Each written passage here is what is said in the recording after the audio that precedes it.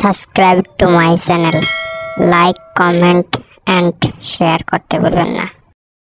আমি একদিন এক পরীর সন্ধানে বের হয়েছি, তাই পরীর সন্ধানে যাওয়ার জন্য আমি দুইটাই রকেট ছেড়েছি। ওই রকেটের মাধ্যমে আমি পরীর সামনে যাব, তাই পরীর সামনে যাওয়ার জন্য আমি রকেটের পিছনে ছুটতেছি। রকেটের পিছনে ছুটতে ছুটতে রকেটের সঙ্গে যেতে যাচ্ছি, আমি উড়ে উড়ে যাচ্ছি, অনেক ভালো লাগতেছে।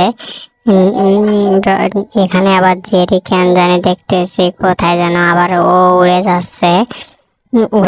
ও আমাকে আবার দেখতেছে, ও দেখে যেন আমাকে কি করবে। আমি আবার যে রকেটের সঙ্গে যাচ্তেছি পরীর দেশে, পরীকে দেখার জন্য, কিন্তু ও আমাকে দেখতেছে, তাই আমি আবার ঘুরে আসলাম। ঘুরে এসে ওকে অনেক রাগ হয়েছি, ওকে রাগ হয়ে ওর দিকে তাকিয়ে আসছি, কিন্তু আমি আর অনেক রাগ উঠছে, সেই জন্য ওকে ধরে মারার চেষ্টা করতেছি, কিন্তু ওকে ধরতে পারলাম না।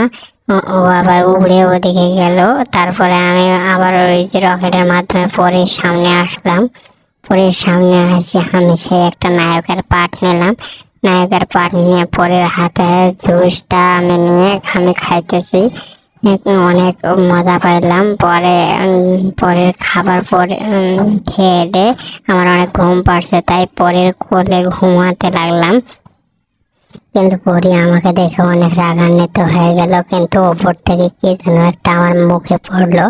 মুখে পড়ে আমার ঘুমটা নষ্ট করে দিল, তাই উপরের দিকে তাকালাম, দেখি কে যেন খাটছে, কলার চোষা আমার গায়ে পড়াচ্ছে।